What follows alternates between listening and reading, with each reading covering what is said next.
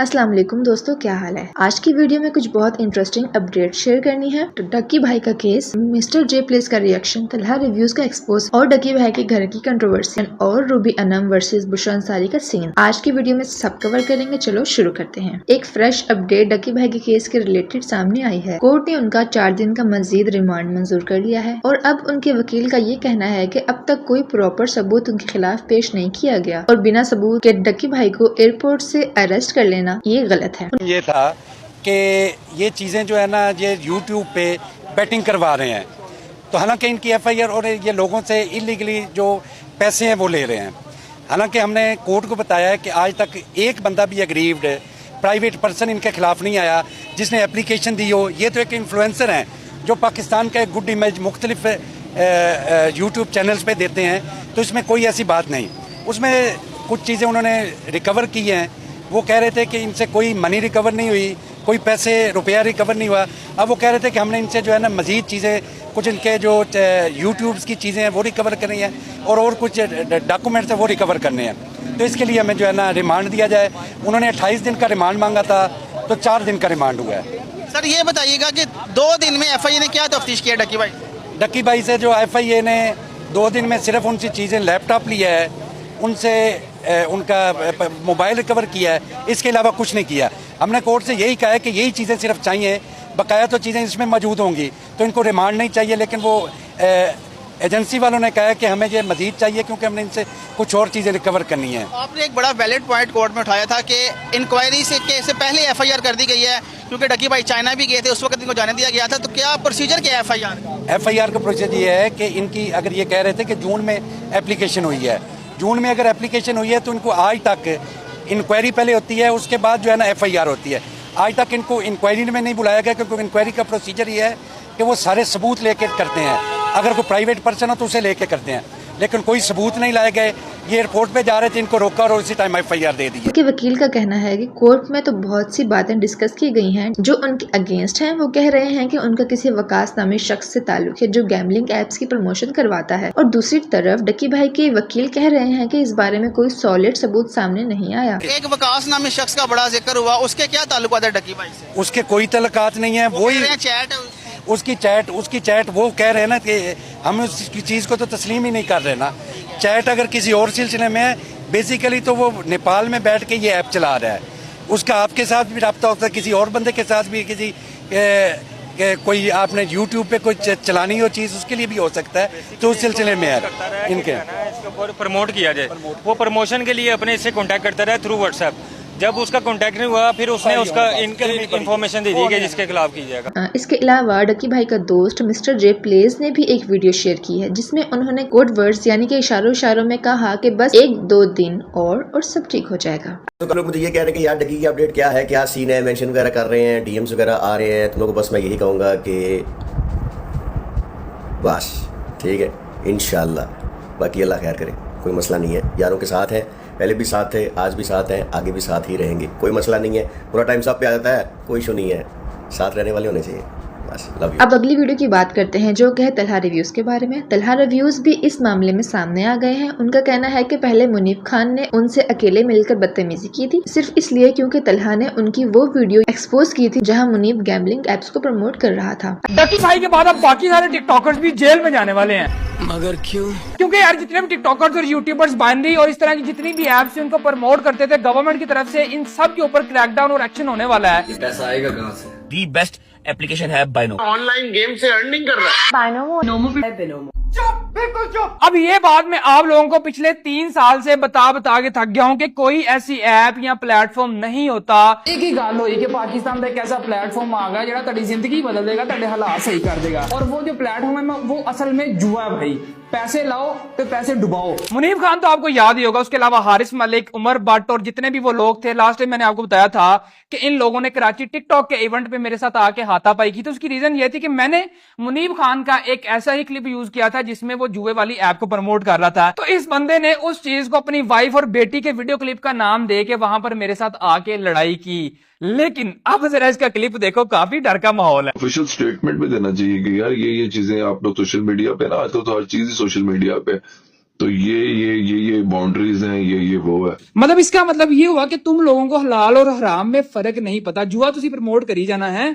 और दूसरी साइड तलहा ने ये भी कहा कि जो लोग गैम्बलिंग एप्स की प्रमोशन करते थे, डकी भाई के अरेस्ट होने के बाद उन्होंने अपनी वीडियो प्राइवेट कर दी। और अब एफआईए के एक्शन के बाद जितने भी बांद्री वाले थे उन सबने अपनी वीडियोस को प्राइवेट कर दिया, और जिन जिन लोगों ने इनको प्रमोट किया था, व्लॉग्स में इंटीग्रेशन की थी, उन लोगों ने अपने व्लॉग्स ही ट्रिम कर दिए हैं। अब एक चीज यहाँ पे समझने वाली ये है कि अगर ये सारी चीजें सही थी, जो ये लोग शुरू से इनको प्रमोट कर रहे हैं सही बोल के, तो अब ये लोग वीडियोस क्यों डिलीट कर रहे हैं या उनको ट्रिम क्यों कर रहे हैं? दैट मीन्स कि ये पहले दिन से ही आप लोगों को बेवकूफ बना के लूट रहे थे। अरे बाप रे, ये तो धोती खोल। सोशल मीडिया पर ये बात भी सामने आई है कि डकी भाई ने जो नया घर दिखाया था वो एक्चुअली डकी भाई ने खरीदा नहीं था, बल्कि रेंट पर लिया था। करोड़ तक मैं उनको दे सकता हूँ। आज हम पूरी पेमेंट 100% डन करके। अस्सलाम वालेकुम जी, मैं मुज़ान राना, डिफेंस राया में मेरा ऑफिस है, प्रोफिशिएंट प्रॉपर्टीज के नाम से। तो मैं आज थोड़ी चीज़ें डिस्कस करना चाह रहा था। मैं कोई व्लॉगर नहीं हूँ, कोई यूट्यूबर नहीं हूँ, जस्ट मैं झूठ पे मबनी चीज़ों के खिलाफ हूँ, झूठे लोगों के खिलाफ हूँ। तो मैं ये डकी के टॉपिक पे आपसे बात करना चाह रहा था। डकी ने एक घर लिया है हमसे रेंट पे, जो उसने अपना वीडियो बनाई और बच्चे सारे उसकी वीडियो के पीछे पागल हुए हुए हैं जी, डकी ने 10 करोड़ का घर ले लिया। भाई अल्लाह तुझे और दे, बट झूठ ना बोले। ये मेरे पास उसका कॉन्ट्रैक्ट पड़ा हुआ है या जी रेंट पे, और हमसे डिफरेंट उसने कमिटमेंट्स की कि जी मैं ये कमीशन दूंगा, वो कमीशन दूंगा, बट वो उन पे फुलफिल नहीं की उसने। बेसिकली मेरा पॉइंट ये नहीं है कि उसने कमीशन नहीं दी, मेरा पॉइंट ये है कि उसने झूठ बोला अपनी उस ऑडियंस के साथ जो उस पर बहुत ज्यादा ट्रस्ट करती है, बच्चे हैं और सारे यंगस्टर्स, उन सारी जनरेशन को ये खराब कर रहा है। प्लस जो ड्रीम हाउस आपने बोला, मुझे भी सुन के ये हंसी आई कि ड्रीम हाउस तो वो होता है ना, जो बंदे ने ड्रीम देखा हो कि यार ये घर मैंने लेना ही लेना है, वो अपना भी हो, बाय करे उसको, तो उसने वो नहीं किया। मेरे पास ये बेसिकली उसका कॉन्ट्रैक्ट भी है जो उसने रेंट पे लिया 4.5 लाख रुपए में, और फिर अपने दोस्तों को वहाँ पे इन्वाइट करके कह रहा होता है कि जी मैंने ये घर लिया है, ये है वो है। बेसिकली ये घर रेंटेड है और उन्होंने ये घर रेंट पे हमसे लिया। अब उन्होंने जब ये लेटेस्ट वीडियो अपनी व्लॉग डाला, देन मुझे पता चला कि यार ये तो झूठ बोल रहा है और बच्चे सब खराब हो रहे हैं। देन मैंने ये स्टेप लिया। इसी पॉइंट को दानियाल सलीम, जो कि एक इन्फ्लुएंसर हैं, उन्होंने भी उठाया और कहा कि सिस्ट्रोलॉजी वालों ने भी पहले ऐसा ही किया था। वो पहले हमारा घर देखने आ गए, हमारा टाइम वेस्ट किया, उसके बाद पता चला कि वो सिर्फ एक कंटेंट का पार्ट था। ये लोग इस तरह करते क्यों हैं? पहली चीज मैं आप लोगों को बताता हूँ। जो बंदा, मतलब आप लोगों ने कोटेशन तो एक सुनी होगी ना कि you can always move the mountains but not a man's nature. अब अगर मैं आप लोगों को बताऊं कि एस्ट्रोलॉजी वालों को भी हमने विजिट करवाया, उनको हमने घर दिखाया, एक प्रॉपर स्टोरी है उसके पीछे, और उनके जो वालिद साहब हैं, विद ऑल ड्यू रिस्पेक्ट, उन्होंने कहा जी इन्ना लिल्लाहि व इन्ना इलैहि राजिऊन, कोई बंदा फोत हो गया हमारे घर में, तो हम लोग जा रहे हैं, घर हमें बहुत पसंद था लेकिन अभी हम उसकी डील नहीं कर सकेंगे, इसको थोड़ा पोस्टपोन कर लें। 3 दिन बाद जो घर हमने उन्हें पसंद करवाया था, विजिट करवाया था, अपना टाइम इन्वेस्ट किया, पैसा इन्वेस्ट किया, वहां पर उनको ले लेके घूमते रहे, उसी घर की स्टोरी लगी हुई है कि क्या ये घर हम खरीद, स्टोरी कह रहा हूँ, व्लॉग चढ़ा हुआ, पूरा का पूरा व्लॉग एस्ट्रोलॉजी के चैनल के ऊपर अपलोडेड है। जो व्लॉग उन्होंने, जो घर उन्होंने हमारे थ्रू विजिट किया था, उन्होंने हमें यूज किया to just get a fucking vlog out of it. तो ये इन लोगों की असलियत है। और दोस्तों, अब एक और बड़ी कोलैबोरेशन सामने आ रही है वलीद अहमद और तलहा रिव्यूज की। आने वाला है तलहा रिव्यू के साथ, आप लोग उसको बहुत एंजॉय करेंगे। क्या आने वाला है? अब हम करने वाले हैं जी एक्सपोज ट्रेडर्स को, ये जो आजकल लाइफस्टाइल दिखा के फेक गाड़ियां, रेंटेड घर और ये सारी चीजें दिखा के वहां पे पैसा लूट रहे हैं, उन्होंने खैर नहीं है। और एक बड़ा, जैसे पहले नहीं तो प्लान आया कोर्ट शोर्ट्स वाला, अब एक बहुत लंबी फिर से ट्रेडिंग के नाम पे चक्करबाजी आने वाली है और बहुत बड़े लेवल पे। बस उसको अब हम एक्सपोज कर रहे हैं। आजकल उसका वो जो है वो, मतलब उसका स्टार्ट कर दिया लोगों ने प्रमोशन करना ना, कि जो ट्रेडिंग से ये वो गाड़ियां, पोर्शे, लैम्बो लोगों को दिखाना शुरू कर दी। इसको बोलते हैं मार्केटिंग फनल। अभी पहले वो दिखा रहे हैं, फिर अचानक से कोर्स, फ्री कम्युनिटीज और वो जो अपना होती हैं ट्रेडिंग एक्सचेंज के साथ ये लोग रेफरल पे काम करते हैं 50% लॉस पे, तो वो सारी चक्करबाजी अब जो है आने वाली है। अब बात करते हैं अगली वीडियो की, जो कि है रूबी अनम वर्सेस बुशरा अंसारी की। रिसेंटली एक पॉडकास्ट में रूबी अनम ने बुशरा अंसारी के बारे में काफी हार्श बातें बोली। कह दिया कि इस उम्र में उन्हें व्लॉगिंग नहीं करनी चाहिए। बुशरा अंसारी जी को ना अब रेस्ट करना चाहिए, अब इस एज में नहीं है कि वो यहाँ कैमरा रख के कह रही है मैं सामान पैक कर रही हूँ। और बस कर दे माई, अल्लाह दा खौफ कर, बस कर दे। अच्छा क्या कर रही हो तुम औरतें? माइयां बुढ़ियां हो गई जे, साडियां मावां नालों वड्डियां जे तुसी। असमा जी के साथ मैं अभी शो करके आती हूँ, अक्सर उनका पंजाबी का शो है, और असमा जी के साथ वो इतनी रिस्पेक्ट, इतनी मोहब्बत देती हैं मुझे, अच्छा इतना प्रोटोकॉल देती हैं कि मैं उनके खिलाफ कोई बात ही नहीं कर सक रही होती, कि मैं उन्होंने कहा कि इतना ओवर शूट ना हो वो, कि तुसी टीवी भी कर रहे हो, सीरियल भी कर रहे हो ना, ਉਹਦੇ ਬਾਵਜੂਦ ਤੁਹਾਡੇ ਅੰਦਰ ਕਿਹੜੀ ਐਸੀ ਚੀਜ਼ ਹੈ ਕਿ ਤੁਸੀਂ ਕੱਪੜੇ ਲੈਣ ਵੀ ਜਾ ਰਹੇ ਹੋ, ਜੁੱਤੀ ਲੈਣ ਵੀ ਜਾ ਰਹੇ ਹੋ? ਨਾ ਕਰੋ ਪਲੀਜ਼। ਜਾਂ ਤੇ ਤੁਸੀਂ ਬੇਪਨਾਹ ਹਸੀਨ ਹੋ ਨਾ, ਤੇ ਤੁਹਾਡਾ ਹੁਸਨ ਡੁੱਲ ਡੁੱਲ ਪੈਂਦਾ ਹੈ। इस पर मिशी खान ने रिएक्ट करते हुए कहा कि रूबी अनम को ऐसा कहने का कोई हक नहीं है, बुशरा अंसारी हमारी लेजेंड है। मैंने अभी वो क्लिप देखा जिसमें रूबी अनम साहिबा, जो कि स्टेज की मारूफ अदाकारा हैं, किसी पॉडकास्ट में उन्होंने बैठ के बुशरा अंसारी जी के लिए बहुत ही गलत और बहुत ही बिलो द बेल्ट अल्फाज और तरीक़ाकार उन्होंने किया।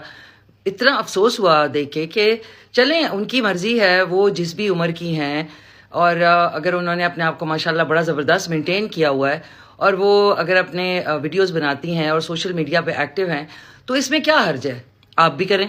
लेकिन इस तरह के अल्फाज और इस तरह के तरीके से उनको मुखातिब होना और साथ साथ ये भी कहना कि वो जी हमारी बड़ी अच्छी जो है आइकॉनिक अदाकारा हैं वगैरह वगैरह, ये कह के मतलब तारीफ़ करके किसी को दूध दे के बीच में मक्खी भी डाल देना, ये तो कोई तरीका नहीं है। तो फाइनली गाइज, ये थी आज की अपडेट्स। आप लोग अपना ओपिनियन जरूर शेयर करें, अपना ख्याल रखें, मिलते हैं नेक्स्ट वीडियो में। अल्लाह हाफिज।